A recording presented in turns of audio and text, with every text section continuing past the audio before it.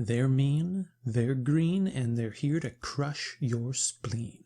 Morgok's Krushas! Hello everyone and welcome back to the Battlecast. These are among my favorite videos for one of my favorite games, previewing cards for the upcoming warbands for Warhammer Underworlds. Now, these are the last set for this season, and they might be saving the best for last, or at least certainly this warband, Morgok's Crushers. Now, these guys have been a long time coming. The time where Gurzag was relevant has long since passed and been forgotten, and now enter these mean guys, and let's go ahead and jump into their fighter cards. Starting off with their leader, Morgok. And remember Gurzag? Remember how he had 5 HP? And remember how that was the staple of the oppressive power of the Ardskull's boys? That literally carried their warband for a couple seasons. Well, let's just give that a health to all 3 of these fighters. 5 HP has always been a really odd number, no pun intended, in Warhammer Underworlds. You need a 3 damage fighter to connect twice in order to kill them. You need at least a +1 damage upgrade and a ploy in order to one-shot them. It's a strange, or at least have them in front of a lethal hex, but it's a strange number to deal with. The vast majority of fighters in Warhammer Underworlds are looking to 2-shot a 5 health fighter. And this really makes Morgok in many ways, and all of these fighters for that matter, to be on a similar level of survivability to those like Hrothgorn or Molag, because once you get to the 4 damage mark, if you double up, it's 8, and all of those fighters are dead. So having 5 is actually quite nice. Now, Morgok shares a lot of similarities with his predecessor, Gurzag. 3 movement, 1 shield, 5 health. He does 3 damage uninspired. So a lot of similarities.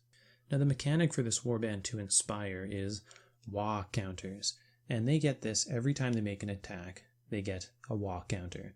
And when they have 2 or more, they inspire. But what's really interesting about this mechanic is that the Wa counters can be used for different things for each fighter. This means if you're straight charging with these guys, round 2 you're going to be inspired, but there are ways to cheat out these counters, as we'll see coming up. Now, inspired Morgok changes to 3 swords for 3 damage, which is technically more accurate than 2 hammers. He also gets the ability to reroll one of his dice. Again, that's an Orc Leader trait. But the biggest thing, guys, is the movement 4 trait. This is unbelievably strong. It's probably the best part about this warband because 4 movement is a big deal.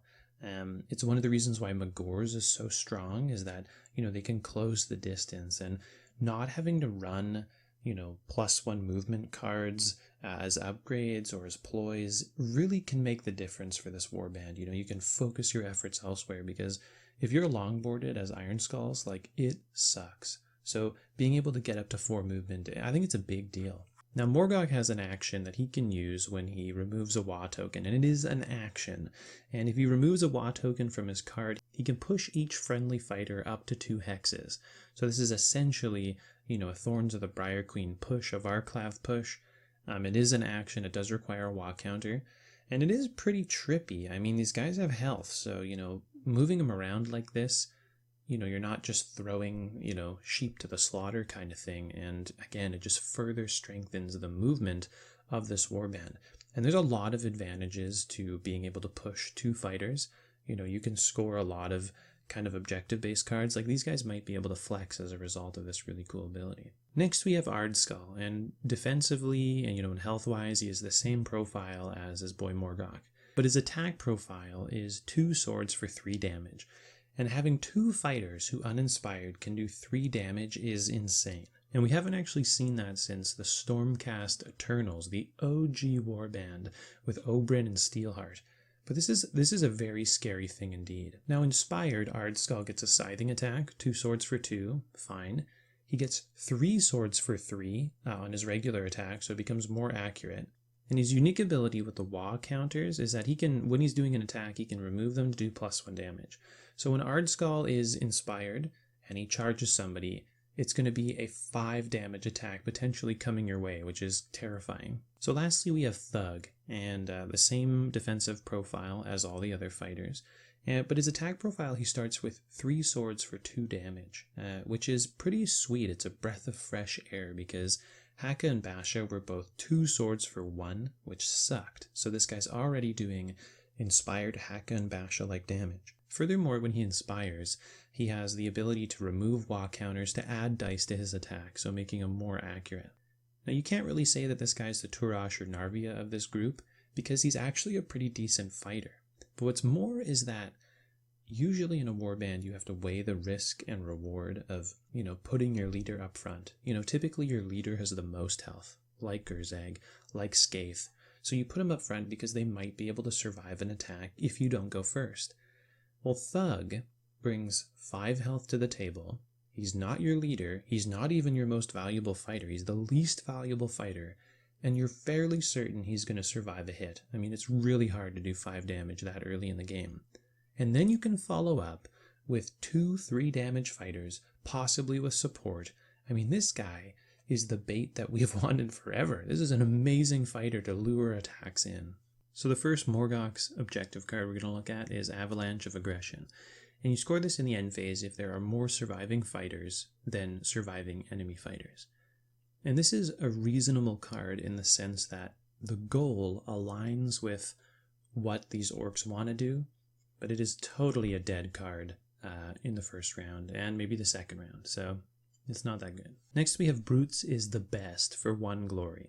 Score this in an end phase if your leader is the only surviving leader. And again, very similar with our last card. The goal is in line with what they want to do. But, depending on where this warband, your enemy warband, places their leader, it might be a dead card drawn in the first round, so it's okay. Next we have Call to Wa, and this is a score immediately for 1. Score this immediately after an activation if there are 6 or more Wa tokens on friendly fighters. And this sounds bold, and I think it is probably bold. We'll have to see exactly how the Wa plays out. There are lots of ways to add Wa counters on, and again, they don't have to be just on spread out, they could be on one character, but the nature of the Wa is such that when you get them on somebody and they're inspired, you probably want to spend them on your next possible moment, so we'll see. It might be okay. Next we have a score in end phase for 2. This is called Good Day's Work. And you score this if there are more enemy fighters out of action than surviving enemy fighters. And I actually think this is okay. It's 2 glory, and for a lot of warbands out there right now, it means killing 3 or 4 fighters at the most. And I think that's fairly reasonable with this warband. I mean, if each one of them lands their attack on the first round, there is a chance that you will kill 3 fighters. They're very deadly, this warband. If anyone can do it, it's the Crushers. So I think that this is worth having. I think that certainly if you draw this round 2 or 3, it's going to be pretty good to score. So, and 2 glory's fair. I like it. Next we have Got It Boss. It's a score immediately for 1. Every warband in Beastgrave has this. If you're holding an objective in enemy territory after an activation, you score this card. It's fine. I think it works. Next we have a card for 1 glory in their element. Score this in an end phase if each surviving friendly fighter is inspired. This is a great card. It's going to be an auto include because it's each surviving friendly fighter. And in Shadespired and Night Vault we saw a lot of to a minimum of 2 or to a minimum of 3. Not here. If you got 1 fighter and he's inspired, you get this card. So unless you're tabled, in which case you're screwed. This is a good card, and I think that you're gonna get it round 2, basically. So it might be a dead card round 1, but you can get this round 2 for the most part. Next we have Might of the Uruk. It's a score immediately for 1 glory. And you score this if a friendly fighter's attack with a damage characteristic of 4 or more succeeds. Now we've seen cards like this before, and they're not bad. We've seen them with Molog. I actually like this card quite a bit because firstly, Ardskull can score this based off his Wa counters. But the most important difference is that if the attack succeeds, so you don't have to kill someone with it, which may be a problem. That was what Molog had, is if you take someone out. It's just if you do 4 damage. So I like this card. I mean, hell, you could, somebody could play Insensate, right? You're only doing 1 damage now, but you could still succeed with an attack action and score this card. So I think this is pretty reasonable. It's pretty easy to get with these guys. Next we have Now What. It's a score immediately for 1, and you get this if your warband is holding 2 or more objectives. This isn't terrible, especially given Morgok's action where he pushes both of his fighters 2 hexes. It's pretty reasonable that you can get onto 2 objectives. I think that if you're going full aggro with these guys, it might not make a lot of sense to run this card, but if they ever see a flex playstyle, which I know some of the more senior orc players out there like to do, you'll be happy you had this card. Next we have Uruk Cunning. This is a score immediately for 1 glory, and you get this if you play your 3rd or subsequent power card or gambit card this round. Now this is a great card. It's going to be an auto include because these guys actually have quite a few reaction cards. I think it's going to be pretty easy to score immediately. And there's a couple universal gambits out there that are really good with this set, so I think getting 3 off in a turn is going to be no problem. Next we have Proper Rumble, and you score this in end phase if 4 or more fighters are out of action and or have wound tokens. This is very reasonable. Killing and suffering wounds is the name of the game. It's not even enemy fighters, it could be yours too. You know, the Blood Reavers have a great card base because a lot of their cards depend on the total number of fighters out of action, including your own, so this is similar and I think it's a great card. Next we have Wa Unleash. Score this in the end phase if you removed 4 or more Wa counters from friendly fighters in the previous phase. This makes sense. In round 3 this is happening for sure. If you cheat them out, it's fine. Again, we'll have to see how easy it is to stack these Wa counters, but a reasonable card. Not the best, though. At the end of the objectives, I have to say that I'm not that impressed, honestly. These objectives for the orcs aren't great. They're certainly weaker than some of the warbands we've seen, but I think it makes sense because these fighter cards are so strong, and as you're about to see, the gambits are downright dirty. And the first card we have here is among the best. This is Berserker Fortitude. Now, as a reaction, you play this during an attack action that targets a friendly fighter. Now, before the damage is dealt, you can remove Wa counters to reduce the damage by 1 for each counter removed. Now, this is to a minimum of 1, but still, the fact that you can firstly know the damage has been dealt, you don't have to do it beforehand, you can just be like, okay, I am taking 3 damage here, I will play this card, and I'm going to take off 2, so now I just take 1 damage. That's really strong, because you know you have this card, they don't know that you have this card, and being able to turn aggression into defense, you're just trying to kill people, you get Wa counters by attacking, so like whatever, and now you have a defensive element built into these orcs. Ardskull's boys didn't have much defense, except for their health values. Well, these guys have that, and cards like this. Very strong card. Now, very similarly, we have Berserker Strength, which is quite similar. It's basically, when you attack, you remove Wa counters, and you do +1 damage for each counter removed. Again, it's quite good. It's not quite as good as the Fortitude, because you would have to have already attacked to have a Wa counter, and then it's your second attack. So some things can happen in between, but it applies to all your fighters, and there's lots of ways to cheat out Wa counters, so this is a good card. Next, we have a card called Brawling. Choose a friendly fighter who's adjacent to an enemy fighter, and place a Wa counter on them. Now, this is valuable because if you charge, and you hit someone, and then you don't drive them back, you can play this card, now you're inspired. But the thing is that no one gets defense bonuses from inspiring, with the exception of if you had Berserker Fortitude, so it might be worth keeping this card to play as a surprise, right? It's going into your action, now I inspire my fighter, I bet you didn't count on that, kind of thing. So this is a good card. I mean, you want Wa counters, obviously. I do feel like ending next to people might be kind of hard, though, because you might just kill them. Next, we have Brutal Attack, and now we are talking.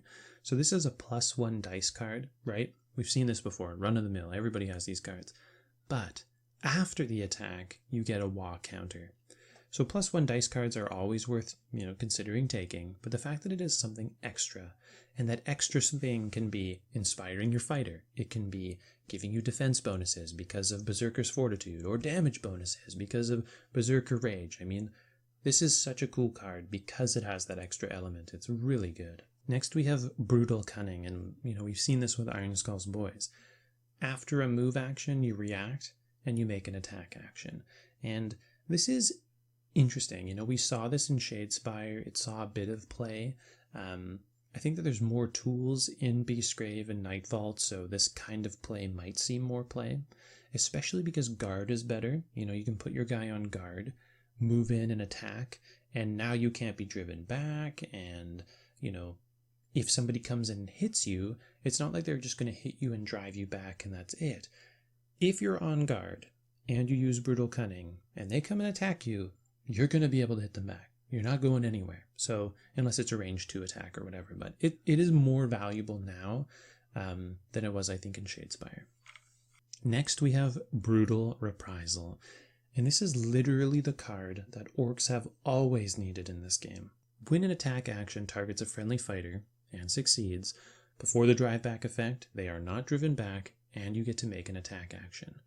This will strike fear in the hearts of your opponents, especially when you're popping out 3 damage, especially when you can take away wall counters at any time to do more damage or become more accurate. I mean, there's a lot of shit going on with this warband, and I think their damage it's very scary. So this is a really good card. Next we have Eager Advance, and do you like sidestep? Do you enjoy having wall counters on you? Well, then you'd obviously run this card. I love that this warband has been given a mechanic, and then they're given cards that are basically run-of-the-mill cards. +1 dice, +1 damage, you know, push them 1 hex. But they're then strengthening that thing that makes them a warband. It's a very good design, but it's very strong. Next we have Cunning Brutality, and again, we've seen this with Gurzay. After an attack action, but not as part of a super action, you can push a fighter 3 hexes. And because of that super action keyword, this is far less good. I mean, in Shadespire, you could charge in with somebody, play this card, push yourself back. I do think that with this card, taking a ranged weapon might be nice with this warband, because then you can not only generate wall counters from a range or only 3 fighters, so one of your activations could be used for a ranged attack, but if you ranged attack and play this, you basically jump up 3 spaces, which is pretty dope. Next we have Power of the Wa. Choose 1 friendly fighter and roll 2 magic dice. If a swirl comes up, you heal 1 per. So it's not good, but in a place where healing potion no longer exists, it's not bad either. If they had less than 5 health, I'd say this card is pretty shit, but because you're at 5 health, if you did manage to heal 2 wounds, it means that you would then take another attack of 3. It takes 2 3-damage attacks to kill you, so that's cool, but the RNG it's too great. Lastly, we have Wa Energy, and this is an insanely powerful card. You roll a magic dice for each fighter, so 3 dice total, and if a lightning shows up, you place a Wa counter on them. And this potentially means inspiring going into round 2, and that is terrifying, and this is an amazing card, because you're going to at least statistically get 2 fighters out of 3, and sometimes you'll get 3. I mean, sometimes you'll get none, but it's a good card. Moving on now to upgrades, we have Brute Charge, and this means on a charge, both hammers and swords are a success for range 1 attack. And this is a great card. You know, it's often worth spending 1 glory to ensure that you get a kill, and this is the kind of accuracy these guys want. I mean, throwing 3 dice and having most sides of the dice be a success is very valuable. So this is a cool card, definitely worth running. Next we have Inured to Pain, and this card is mind-blowing. Now we've seen cards like this before, and they're often character specific, but not here. It applies to all. And there's no bad candidate. All 3 of these guys are deadly. All 3 of them have 5 health. So it's going to make you take 3 3-damage attacks to kill, and that's insane. If they had 4 health, this card would be less good, but the fact that they all have 5 makes it very scary. And this is that piece I was talking about between Hrothgorn and these guys. Hrothgorn has 6 health, alright? You reduce a 3-damage attack by 1, it's 2. That's 3 hits, he's dead. These guys have 5 health. You reduce a 3-damage attack to 2, that's 3 hits. It's the same, right? And there's 3 of them. Really, really scary. Next we have Keen Choppa. It's a Morgok specific upgrade, and it gives him cleave. And this might be nice, but actually there is a card, Universal, coming up that does much the same thing, which you'd probably rather run. Next we have Vengeful Glare. After an attack action that targets this fighter, you place a Wa counter on them. And this is not bad. You know, again, they have 5 health, so they are going to take attacks and they are going to live, and maybe disincentivizing that is not a bad thing. It's not a bad card.